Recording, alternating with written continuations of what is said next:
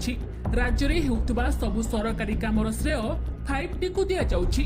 ଆଉ 5T ର ମାନେ team work, technology, transparency, transformation ଓ ଟାଇମ ଲିମିଟ ବୋଲି ପ୍ରଚାର କରାଯାଉଛି। କିନ୍ତୁ 5T ର ପ୍ରକୃତ ମାନେ ଜାଣିଲେ ଆପଣ ଚମକି ପଡ଼ିବେ। 5T ର ପ୍ରକୃତ ମାନେ ହେଉଛି 5 ତାମିଲ୍ସ ଅର୍ଥାତ୍ 5 ଜଣ ତାମିଲ। ଏହି 5 ଜଣ ଅଧିକାରୀ ହେଲେ ପାଣ୍ଡୁ, ମାଥିଭାତନନ୍, ପ୍ରଭାକରନ୍, ଭିନିଲ କ୍ରିଷ୍ଣା, ବାଲକ୍ରିଷ୍ଣନ୍। पूरा ओडिशारे शासन कलकु खास करी मुख्यमंत्री नवीन पट्टनायक और तांको ऑफिसकु निज कंट्रोल ले रखुचंती एही 5 जण दक्षिणी अधिकारी। एही माने ही नवीन को एक प्रकार घेराबंदी रे रखिचंती। ए माने एक गैंग परी काम करूछंती एवं कोनोसी ओडिया अधिकारी को नवीन को निकटतर हेबाकू देउ नाहंती।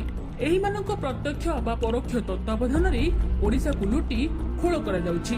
एमानक जोगु ही ओडिशा बर्बाद हेउछि बोली समस्ते अनुभव कलेनी। तेणु यही दक्षिणी गैंग विरोध रे एबे ओडिशा रे स्वर तीव्र हेलानी। किंतु निज गैंग रो प्रकृत नाम को लुचाई रखी एमाने जेमिति 5T ना रे 4.5 कोटी ओडिया को भकुआ बनेले